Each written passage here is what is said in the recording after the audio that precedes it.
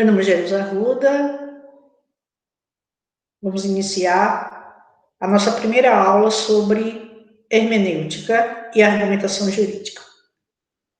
O roteiro da nossa aula, do nosso primeiro encontro, será a introdução ao conceito de hermenêutica e o diferencial entre a hermenêutica clássica e a hermenêutica contemporânea.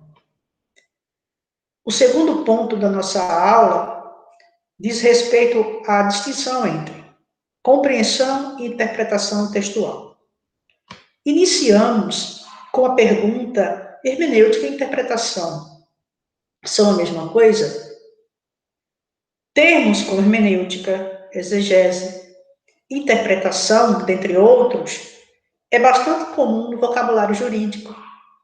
Porém, cada expressão possui significado e aplicação distintas, que se encontram em determinado ponto. Vejamos, hermenêutica do grego provém do verbo hermeneuten, que significa interpretar, e do substantivo hermeneia, que significa interpretação. Alguns autores atribuem que a origem do termo advém da figura mitológica Hermes, filho de Zeus, responsável por interpretar e traduzir as mensagens do mundo dos deuses, tornando-as acessíveis ao intelecto humano. Exegese, etimologicamente, se origina a partir do grego exegesis, que significa interpretação, tradução ou exposição de fatos. Normalmente, a exegese é utilizada para interpretação e explicação crítica de obras artísticas e literárias de cunho religioso. A interpretação, por sua vez, nasce da palavra latina interpres, que significa a pessoa apta, ou seja, o intérprete, que tem a aptidão para prever acontecimentos futuros pelo exame de condições presentes. Ou seja, a interpretação pressupõe que, a partir do conhecimento prévio, possamos estabelecer um conhecimento do que poderá vir a ser. Ou seja, prever acontecimentos futuros pelo exame das condições presentes. Diante dessa introdução, vamos apresentar o conceito de hermenêutica. Como falamos introdutoriamente, a hermenêutica tem sua origem associada ao deus Hermes. Em outras palavras, podemos conceituar a hermenêutica como sendo um conjunto de teorias voltadas para a interpretação de algo, não somente um texto escrito, mas de tudo ao qual se possa atribuir significado e sentido. Ou seja, a hermenêutica tem como objetivo principal não apenas a abordagem e a compreensão do texto escrito, mas de tudo que está ao nosso redor. Tudo que se possa atribuir um significado e um sentido valorativo. Portanto, compreende-se, nesse sentido, que a hermenêutica é a ciência para a aplicação da interpretação. No âmbito jurídico, podemos dizer que, por meio da hermenêutica, é possível interpretar normas e textos jurídicos, retirando-lhes o sentido objetivamente válido e determinando seus alcances. Para Carlos Maximiliano, na obra Hermenêutica e Aplicação ao Direito, a hermenêutica tem por objeto o estudo e a sistematização dos processos aplicáveis para determinar o sentido e o alcance das expressões do direito.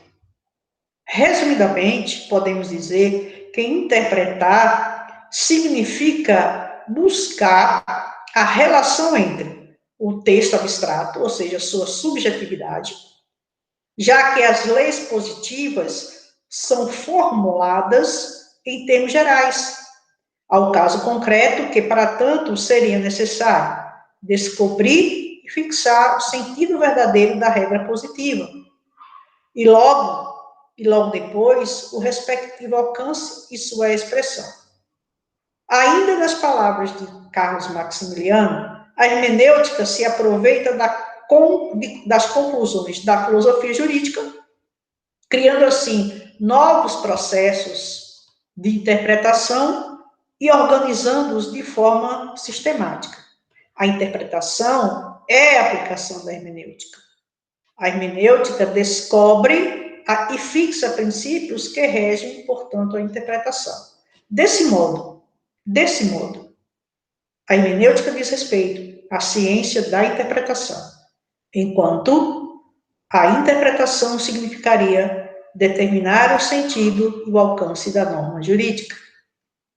Passamos agora a tecer comentários sobre a hermenêutica clássica e a hermenêutica contemporânea. A hermenêutica clássica teve origem na França, com a escola da exegese, juntamente com a escola dogmática, oriunda da Alemanha. Na hermenêutica clássica, temos como pensamento dominante o seguinte, que a interpretação e aplicação do direito são etapas distintas. A interpretação e a aplicação do direito são etapas distintas, onde a interpretação precede a sua aplicação. Então, assim, extrai-se, em primeiro plano, que o sentido da norma, no primeiro momento, para depois aplicar ao caso concreto. Então, primeiro, a norma. O que ela diz, o seu substrato, para, em seguida, aplicar a um determinado caso, em concreto. Savigny, um jurista alemão no século XIX, estabeleceu um sistema de interpretação. Então, baseado em alguns métodos que iremos apresentar aqui. O primeiro método, criado por Savigny, foi o método gramatical. Pelo método gramatical, busca-se o sentido literal ou textual da norma jurídica. Então, a análise da norma jurídica, ela se dá na sua literalidade, no seu texto. Além do método gramatical, Savigny trouxe também um método sistemático. Consiste o método sistemático na correlação de todos os dispositivos normativos de um texto jurídico. Ordenadamente, para o neoconstitucionalismo, tal técnica denomina-se filtragem hermenêutica. Ou seja, vamos levar em consideração o contexto da Constituição. Então, não é possível compreender efetivamente a Constituição sem entender o seu todo, a sua sistemática constitucional. Além do método gramatical e do método sistemático, temos o método histórico. O método histórico consiste na busca do passado para compreender o sentido atual da norma. Ou seja, trata-se da identificação de momentos e fatos históricos que interferiram na criação de uma determinada norma jurídica.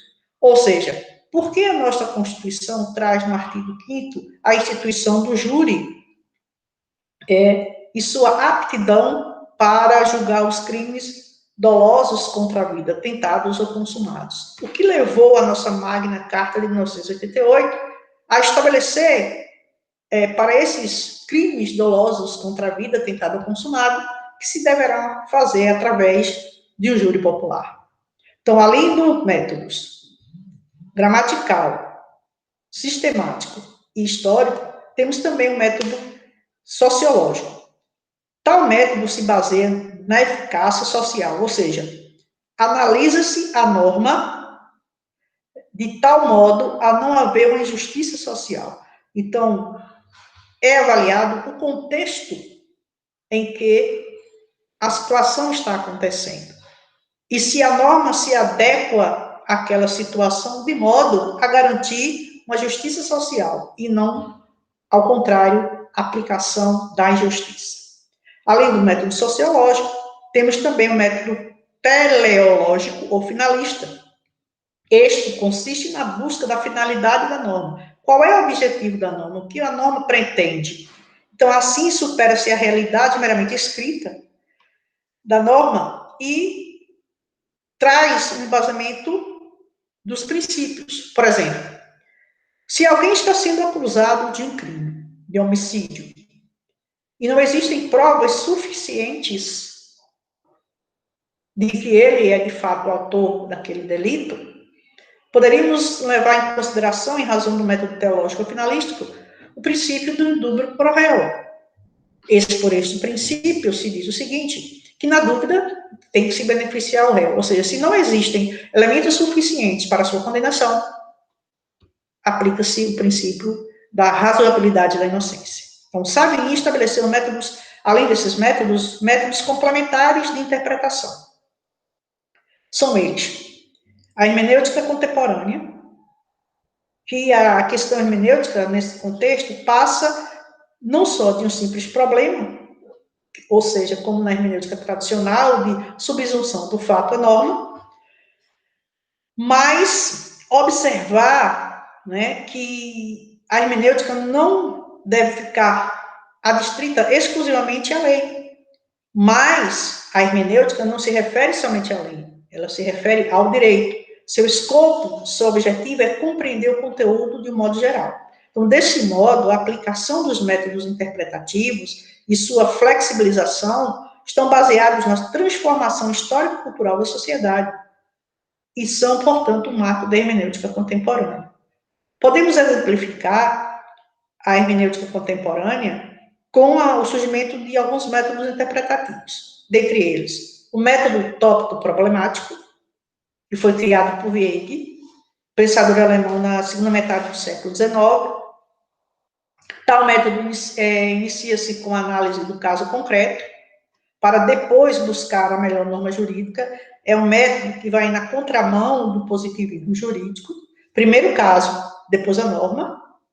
Temos também o método hermenêutico concretizador, criado por Conrad Hess, autor da obra A Força Normativa da Constituição. Este método seria conduzido pelo que ele denomina de pré-compreensão, ou seja, o conjunto de valores, visões de mundo, crenças que o intérprete incorpora na sua própria consciência dentro do seu espaço de interpretação. Então, mergulhado numa cultura, num conjunto de valores, num dado momento histórico, num dado contexto histórico-cultural. Além desses, temos o método científico-cultural, criado por Rudolf Smene, que busca apaziguar conflitos sociais por meio da conciliação. Então, o Smene coloca, através do método científico-cultural, que a conciliação é o elemento principal do processo de interpretação. Além do método científico-cultural, temos o método normativo-estruturante, criado por Miller. Defende-se que o conceito da norma abarca uma dúplice perspectiva: a de norma constitucional, como texto normativo, e de norma constitucional com âmbito normativo. Então, norma constitucional normativa e norma constitucional com âmbito normativo. Então, poderíamos exemplificar, nesse caso, do método normativo estruturante, normas que são materialmente constitucionais e normas que são formalmente constitucionais. Por exemplo, o artigo 2º da Constituição Federal fala dos poderes executivo, legislativo e judiciário, independentes e harmônicos entre si. Esse artigo exemplifica uma norma materialmente constitucional, porque ela faz parte da estrutura do Estado Federativo brasileiro. Já, por exemplo, o artigo 226, que fala da instituição família, é uma norma formalmente constitucional porque ela está no texto constitucional. Então, ela é uma norma que está no âmbito normativo da Constituição, mas que pode existir, como existe, sem necessariamente estar no texto constitucional. Então, diante do exposto, podemos inferir que a hermenêutica contemporânea se preocupa com um ajuste perfeito das normas jurídicas às necessidades sociais. Desse modo, podemos aferir que a hermenêutica jurídica tradicional caminha na busca pela formulação de regras para uma atividade interpretativa que se exaure na plenitude do próprio ordenamento jurídico, ou seja, pela simples forma, subsunção dos fatos às normas, ou seja, uma adequação entre hipótese e fato.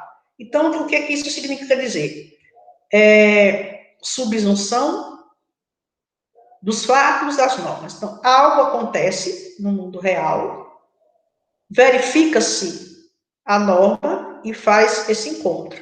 Então, por exemplo, uma pessoa comprou um carro. Ela tornou-se proprietária de um carro. Este fato, tornar-se proprietário do carro, subsume-se, do ponto de vista tributário, por exemplo, de que aquele novo proprietário, aquela pessoa que acabou de adquirir o carro, deverá pagar IPVA. Um outro exemplo, artigo 121 do Código Penal, matar alguém, crime de homicídio. Alguém matou outrem. Então, o fato de matar alguém subsume-se ao artigo 121, que matar alguém é um crime de homicídio. Então, pela hermenêutica clássica, essa fórmula de subsunção do fato à norma. Então, o fato ocorreu, verifica-se na norma e faz essa conjugação. Fato e norma, subjunção, aplica-se. Esse aqui é o contexto, digamos assim, a fórmula da hermenêutica tradicional, da hermenêutica clássica. Subsunção do fato à norma. No entanto, no atual contexto, ou seja, da hermenêutica jurídica contemporânea, o sentido da norma não é mais descoberto, mas construído a partir da interpretação. Então, a interpretação existe na incidência de um caso concreto, que demanda uma solução, uma valoração, que transcende a uma mera adequação do fato à norma. Ou seja, é levado em conta vários aspectos, né, que influenciaram ou que levaram à ocorrência daquele fato. Então, a solução interpretativa que está.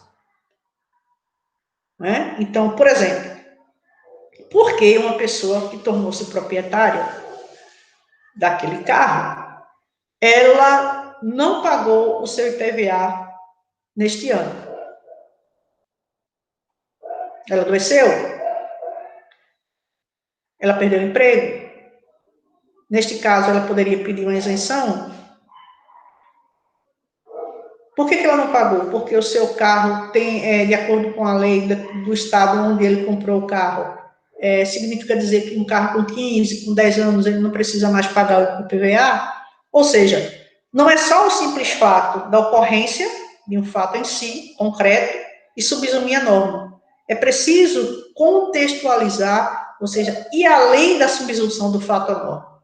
Então, a hermenêutica jurídica contemporânea diz que não apenas o mero sentido da norma é sua adequação ao fato, mas o contexto interpretativo dessa adequação. A partir dessa questão, estabelecemos o conceito de hermenêutica, que é a ciência da interpretação, de que há uma distinção entre hermenêutica clássica e hermenêutica contemporânea. Ou seja, a hermenêutica clássica, que pressupõe a fórmula, a subsunção do fato à norma, ela contrapõe a hermenêutica contemporânea, que tem na interpretação um plus, né, dessa compreensão de determinadas situações. Então, é necessário ao intérprete, e aí já inicio com a outra pergunta, hermenêutica ou argumentação? É possível ao intérprete argumentar sem compreender? Qual a diferença entre compreensão e interpretação de texto? Então, via de regra, nos cursos de direito, para o Brasil afora, existe essa designação, hermenêutica e argumentação jurídica. Entretanto, no raro, temos visões que expõem ambas as perspectivas de modo independente. Ainda hoje, portanto, é necessário reafirmar como se dá a relação entre hermenêutica e argumentação, situando cada qual em seu devido lugar, a fim de estabelecermos qual a confluência entre elas. Então, assim, o reconhecimento, ou seja, do giro ontológico hermenêutico e suas inevitáveis implicações, seja de ordem teórica no mundo do direito, é necessária para que nós possamos estabelecer a relação entre hermenêutica e argumentação. Então, é o seguinte, assim, o reconhecimento do giro ontológico hermenêutico e suas inevitáveis implicações teóricas no mundo do direito, a fim de que a compreensão antecede a argumentação e que não interpretamos para compreender, e sim compreendemos para interpretar. Isso significa dizer o seguinte: quem vem primeiro é o ato de compreender. Nós não podemos ou não temos condição de interpretar sem compreender. Sem compreender o que o texto quer dizer. Sem compreender em que contexto ele está inserido. Sem termos pré-compreensão de alguns elementos introdutórios ao texto. Então, a regra, a fórmula, se é que existe esta fórmula, significa o seguinte: primeiro, é necessário que, para interpretar, nós possamos antes compreender. Ou seja, a compreensão vem antes da interpretação. Então, a regra é a seguinte: nesse giro ontológico e suas inevitáveis implicações teóricas no mundo do direito, a fim de que a compreensão antecede qualquer argumentação e que não interpretamos para compreender, e sim compreendemos para interpretar. Então, primeiro ato, primeiro momento, compreender alguma coisa, para depois interpretar. Se há uma compreensão que gera uma interpretação adequada, aí sim nós teremos um fundamento e uma argumentação. Então, como interpretar um texto? Nesse sentido, podemos dizer que há uma distinção entre hermenêutica e apofântica, entre a compreensão, interpretação e do argumento. Então, esse, poderíamos assim dizer, é o ponto. Devemos reconhecer uma dupla estrutura, hermenêutica e apofântica. Então, quanto ao nível hermenêutico, temos que só podemos compreender, só podemos interpretar se houver uma compreensão. E só compreendemos se pré-compreendemos. Então, o fato é que existe uma razão hermenêutica antes do conhecimento. Quer dizer o seguinte: o intérprete não se pergunta por que compreende ao compreender. Já compreendeu. Não há que haver uma divagação. Por que eu estou entendendo isso? Você entendeu. Então, se você entendeu, você interpreta. Logo, sem compreensão, não há interpretação. Sem compreensão, não há explicitação.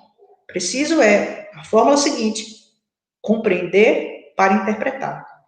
Daí a necessária superação da indevida separação entre hermenêutica e argumento, entre ambos os níveis. São diferentes, mas não separados.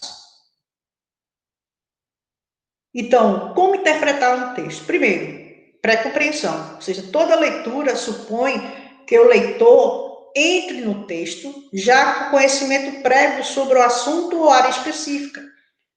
Então, se você vai assistir um filme, se você vai ler um livro, se você vai assistir uma peça de teatro, se você vai conversar com alguém numa sala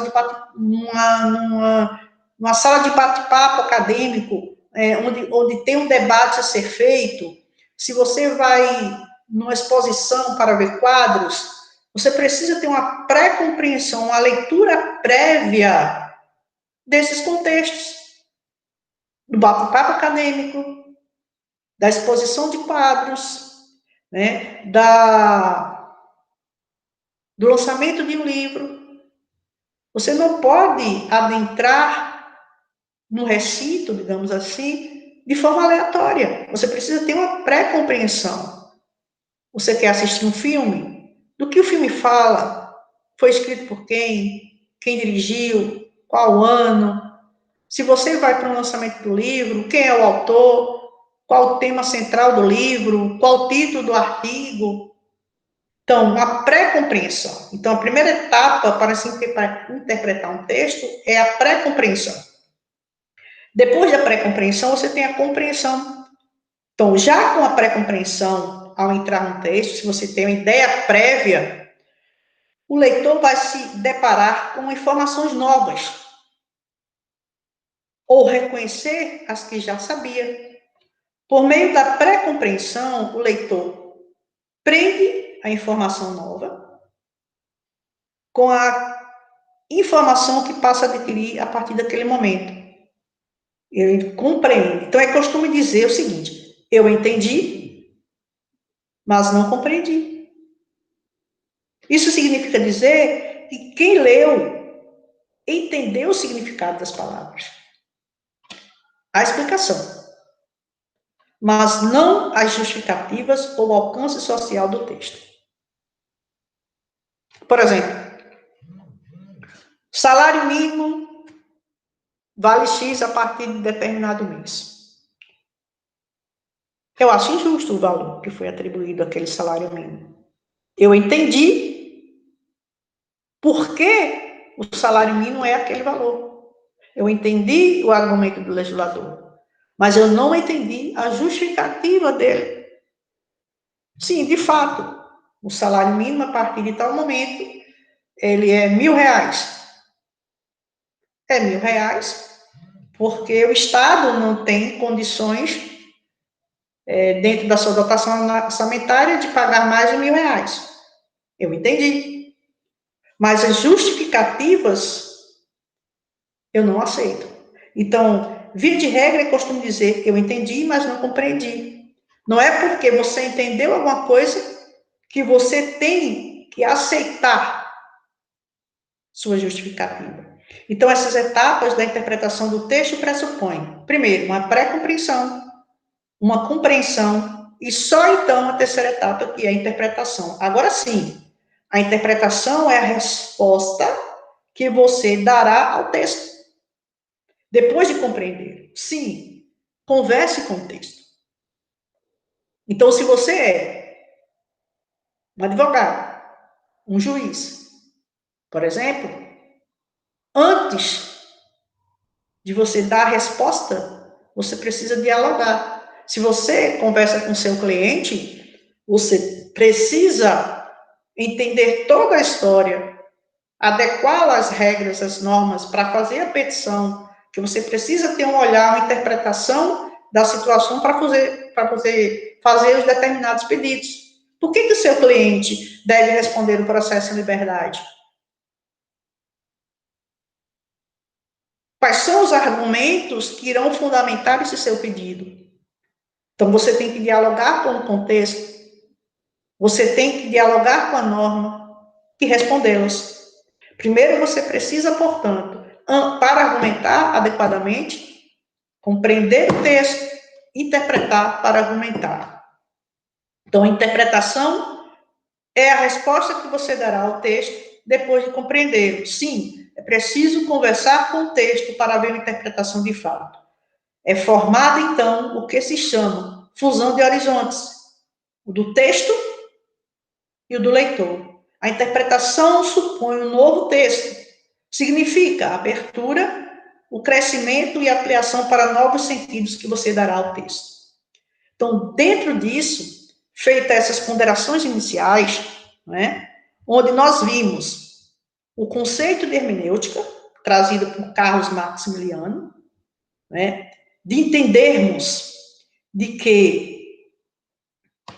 a hermenêutica tem por objeto o estudo e a sistematização dos processos aplicáveis para determinar o sentido e o alcance das expressões do direito. A hermenêutica se aproveita das conclusões da filosofia jurídica e de que a hermenêutica diz respeito à ciência da interpretação, enquanto a interpretação significa determinar o sentido e o alcance da norma jurídica, entendemos que há uma diferença entre a hermenêutica clássica e a hermenêutica contemporânea, de que a hermenêutica clássica mirava basicamente entre a subsunção do fato à norma, e de que a hermenêutica contemporânea precisa a contextualização de vários elementos que irão permear determinada situação. Então, é necessário ao intérprete, antes de apresentar os seus argumentos, uma decisão que venha tomar, então, antes da interpretação, deve haver uma real compreensão. Então, sem compreender, sem compreensão, não existe interpretação. Então, compreender, interpretar, argumentar. Então, por fim, falamos aqui de que é necessário esse diálogo, né, para que se possa interpretar adequadamente um texto. Assim, vamos estabelecer, né, que a interpretação do texto pressupõe uma adequada compreensão. Então, nós teremos uma tarefa na nossa próxima aula, que será justamente estabelecer a diferença entre compreensão e interpretação de texto, a partir de algumas tarefas que nós iremos apresentar para vocês no nosso próximo vídeo. Até a próxima aula. Nos encontramos em breve.